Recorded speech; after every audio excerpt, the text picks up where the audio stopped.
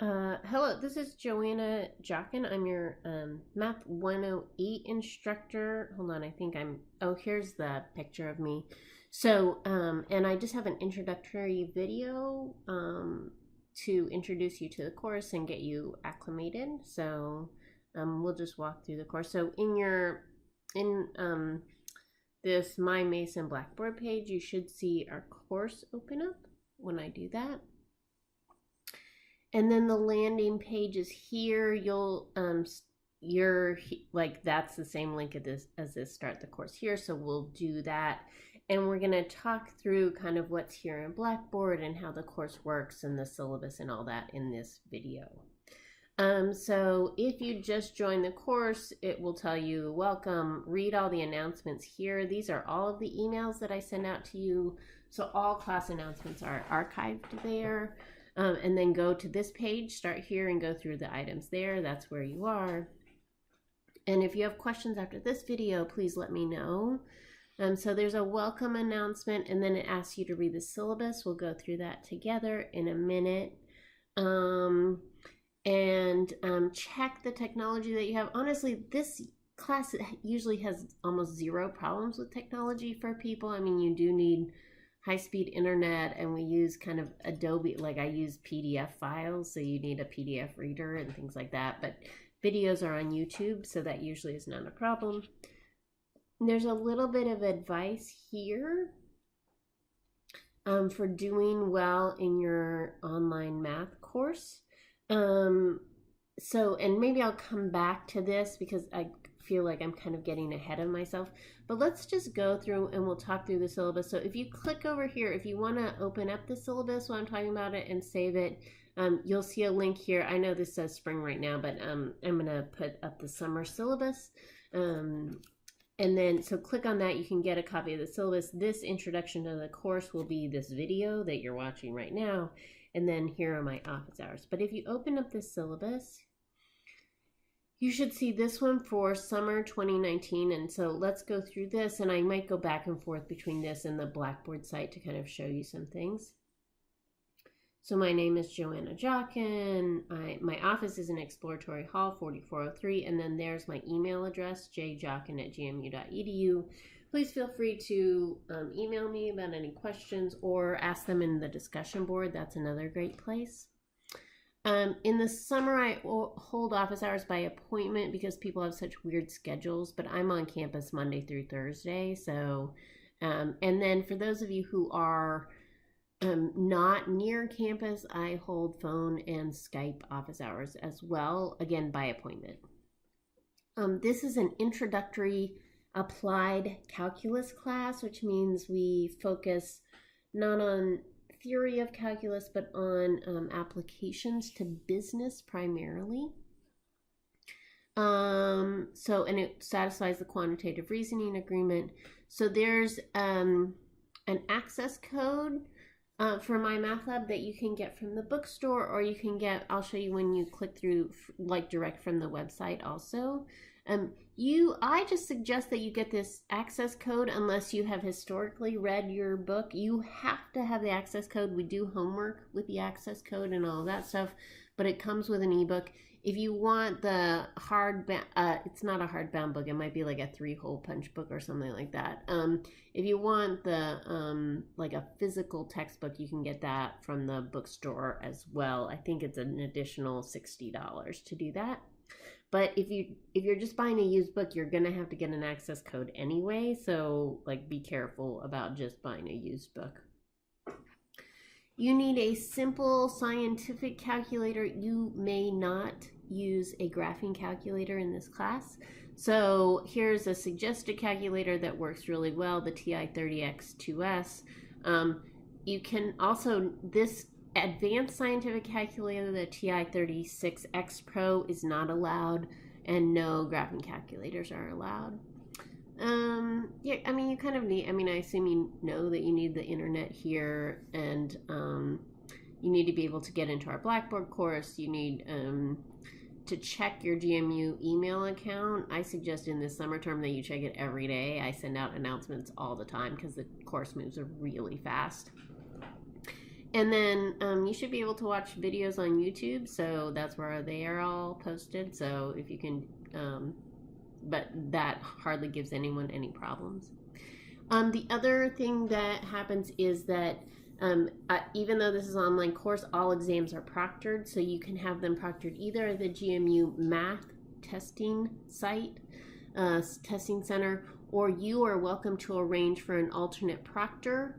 That has to be done in the first week of class by the first Friday. So if that's you and you need to arrange for an alternate proctor, please literally stop this video right now and send me an email and say, I need to arrange for an alternate proctor. That is not something that can wait. And after that deadline, I don't arrange for alternate proctors. So, and usually alternate proctors are at official proctoring centers. I don't use alternate proctors who are individual people. So like your pastor cannot proctor your exams, or like your commanding officer in the military, those sometimes are offered as proctors. They cannot proctor your exam. It's at like testing centers at community colleges or for your universities, or at paid proctoring centers that, like, for example, there's a lot of proctoring centers that give the SAT and things like that, and those are fine too. They usually incur a cost, and that is your responsibility. Okay, so again, if that's you and you are not going to be here for exams, you need to arrange for an alternate proctor today. I cannot stress that enough. In this class, we have really 2 tests and a final exam. Those are all weighted the same, so it's really like 3 tests. Every unit, which goes really fast, we have Mymathlab Homework and Quizzes. That's the site associated with your textbook. And then there's also written problems. So these 2 pieces, the written homework and the Mymathlab, are designed to prepare you for exams that are half written and half multiple choice. So most of the work in the course is just almost exam prep. So I've designed the course like that. So we'll use Mymathlab in this course, and then here maybe I'll pop back and forth. So here's the Mymathlab information. Dates in this course are just every 2 or 3 days. I mean, it's really fast. So I don't give due dates once a week. That's insane. So we'll look at the schedule in a minute. But Mymathlab, you can do, there's homework and quizzes, and then you can do them late, but it comes with a 20% penalty. So I'm going to click here. This is the link for Mymathlab. I'm going to turn this off because that's what it was.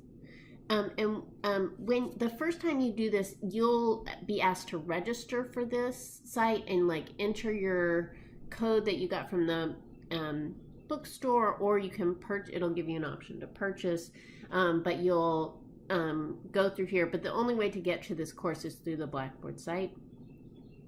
So you'll see in here, here's your ebook. That's that link, and you'll also some of these things you won't see, like these things with people you don't see because those are for your professor. But here's, for example, the link for homework and quizzes. That's the work that you need to do here, and you'll see a list. This list right now, I have it set open. This is all the stuff due, not for the course, but just before the first exam. So you'll see, for example, this first unit, which is the first couple days of the course, you have a how to use Mymathlab assignment, section 1.1 homework, section 1.3, and a second one on section 1.3. Having that, most of them have 2 homeworks and a quiz. So, but this first section is like these 5 things. But this is a review section. It's about graphing, so most of you should be fairly familiar with what's going on in this first section. But most of these have 2 homeworks and a quiz. Unit 3 is 1 homework and a quiz, but you'll see these things. And then Unit 4, and after these 4 units, we're going to have an exam. So that's what's here right now. And I'll show you kind of how this is set up. So I have video lecture posted in 2 places in this course. One is here embedded in the homework. So if you go to this screen and click on the homework, you'll see these videos over to the side, and then these homework questions, questions 1 through 13, are associated with this video lecture, right?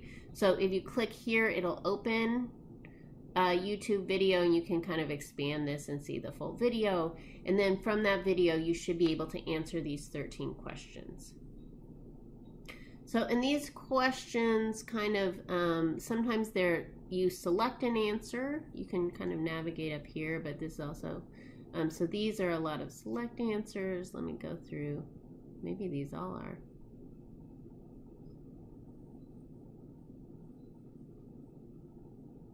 Sometimes you have to enter an answer, so find the slope of the line. So you would enter an answer. The slope here is 5, I think is 5, right?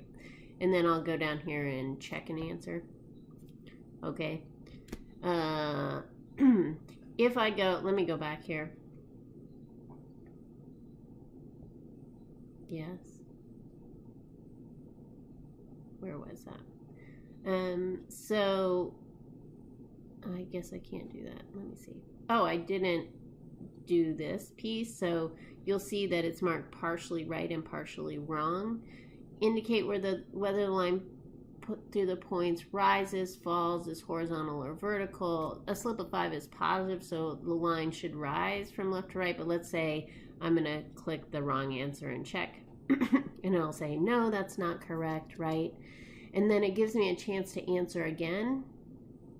I want to do this. So let me say, oh. And then once I check 3 times, if I get it wrong, I can either go on to the next question, or I can get a similar question. If I do a similar question, it'll just give me another question. So now here the slope is 3. That's right. And then that line rises from left to right. And then I get full credit for that problem. So you can kind of see here, then this green check mark tells me that I have full credit for that problem. But so you can rework these homework problems as many times as you want to try and get a perfect score. I mean, sometimes it's limited by the amount of time you have, but we'll do that. Now, the other kind of weird caveat here is, so for example, let me close out of this. It's only the first 13 problems before this video, and Mymathlab won't tell you when this other video is, so you kind of have to keep track of it. Like, so it will just go to question 14. It's like when you scroll through, it's just going through this right kind of column. So to find these video lectures, you kind of have to come back out to this screen and make sure that you're watching them. Or some people just watch these 3 video lectures at the beginning and then do the problem. So it's up to you.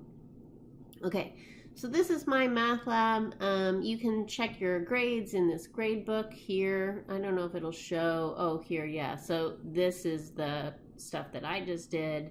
I clicked in how to use Mymathlab, so these are your scores. I think that is about it in Mymathlab. The only other thing I'll say is the quizzes are slightly different than homework. Like homework, you can go in, stop and work them. The quizzes, for example, are timed, but you can take them as many times as you want. So you have and they're not short. I mean, like they really aren't long quizzes, but I mean, I don't give you a short time to take them. So you start the test, and the quizzes won't tell you you're right or wrong until you finish the whole test. So here's the revenue function. I'm going to click here. I'm going to click some stuff, and I'm going to click next. And then I'm going to say, yes, I want to move on, right? And I go through all this. And then kind of when I'm done, I can submit this quiz. I'm going to submit, and then after I did that, it will tell me whether these are right or wrong. Okay, so the quiz is kind of you take all together in one thing.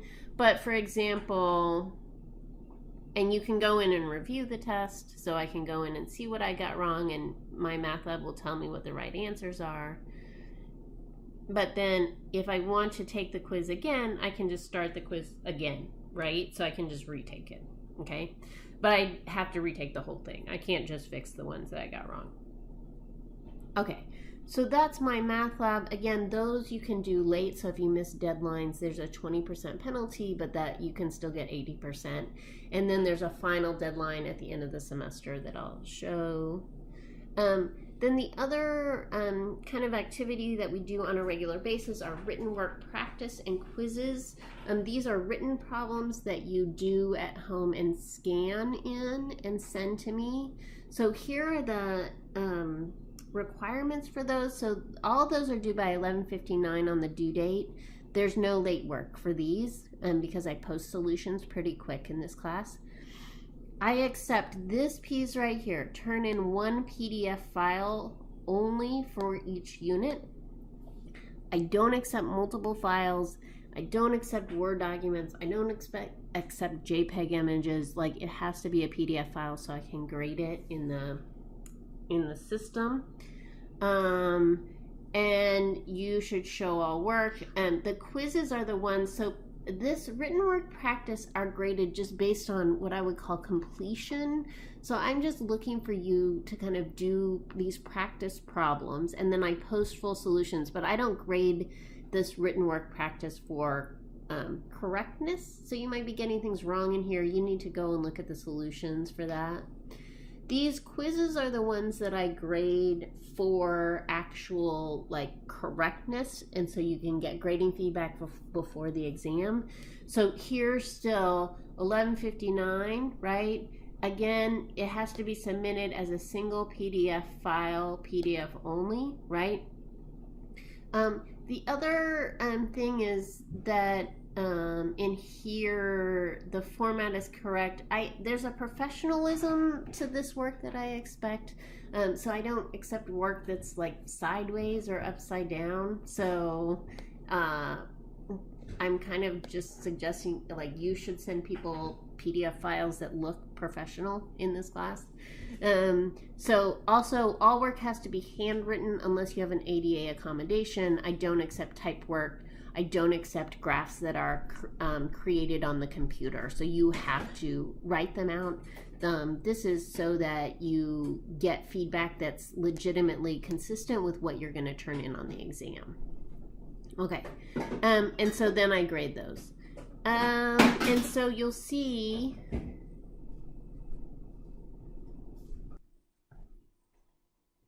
okay, so I'll go back to Blackboard and I'll show you this written work. So here's the written work packet. It's just like a whole PDF of all of the problems that you have. So you'll see here, you can download this from Google. Let me see. I'm gonna make this a large screen. Okay, so and here you can, if you enlarge it like that, you can download it to your computer if you want. Again, here's all the information from the syllabus that's just here again. And this first section is written work practice. So for example, here's the practice unit 1 problems. There are 7 problems, right? So you should work these.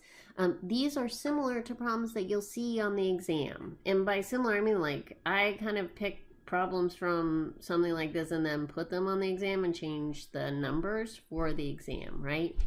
So there's unit 2 practice, unit 3 practice. Oh, unit 2 and 3 I forget is a joint one. So you'll do parts of this, part A, B, and C when you're doing unit 2, and then unit 3 you'll complete them. So and there's unit 4 practice problems, right? So I have those, and then the quizzes are a little bit further down. If you go down, there's like here quizzes. Here's the unit 1 quiz, right? So a company charting its profits, the relationship is linear, and so you fill that out. Here's a second graphing problem. So you print this out, or you can just do this on paper if you don't have a printer. I know what the problems are. And then create a PDF document. I have instructions for how to do that, so I won't go through that here. But and then you turn this in, like in your handwritten work, and then I grade it because half of your exams look really almost exactly like these problems. Is that okay? So you'll do that, and then you submit it right here where it says submit written work here. we'll go into Unit 1, and you'll see there's a place for you to submit the practice work, and there's a place for you to submit the quiz work. Again, there are expectations for written work here that I go over in this video, so, and I'll try and remind you before the first one is due about those. And then if you don't know how to create a PDF file, there's instructions right here, right? Okay. Okay. Okay. And then solutions, you'll find there's a ton of solutions in this class. So I have solutions to the practice. I have solutions to the quiz. These are usually both in PDF and video format. So there should be solutions to these things that you're turning in, and those will be posted here, but that's empty right now because you haven't turned anything in, and I don't post the solutions before you do it. So like that. Is that okay? Okay, but that's the written work. And then finally, exams, 2 term exams and 1 comprehensive final. I don't give makeup exams without some pretty serious documentation. So if you're going to miss an exam, please contact me right away. I am the person who makes decisions about whether or not those are excused. Exam dates are on the last page of the schedule.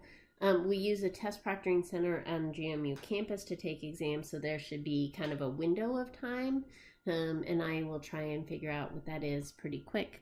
And final exam similarly. Again, I'll reiterate here, if you are not going to be close to the GMU campus, all exams are proctored, and you need to find a proctoring facility today. The other thing that I'll say about exams is because this is an online course, there are strict academic honesty policies in place for this course. Here they are. You cannot collaborate on the exam.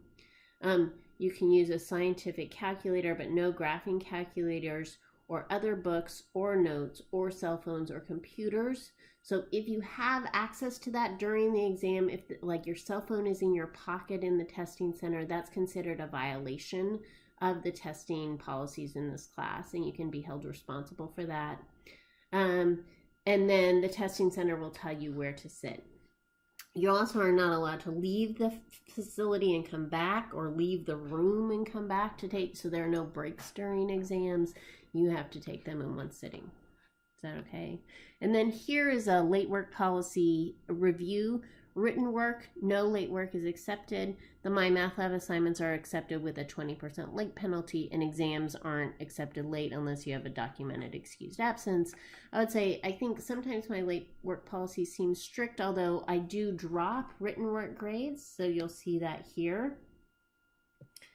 So I usually drop the equivalent of 2 weeks worth of grades, or 2 units in this summer term.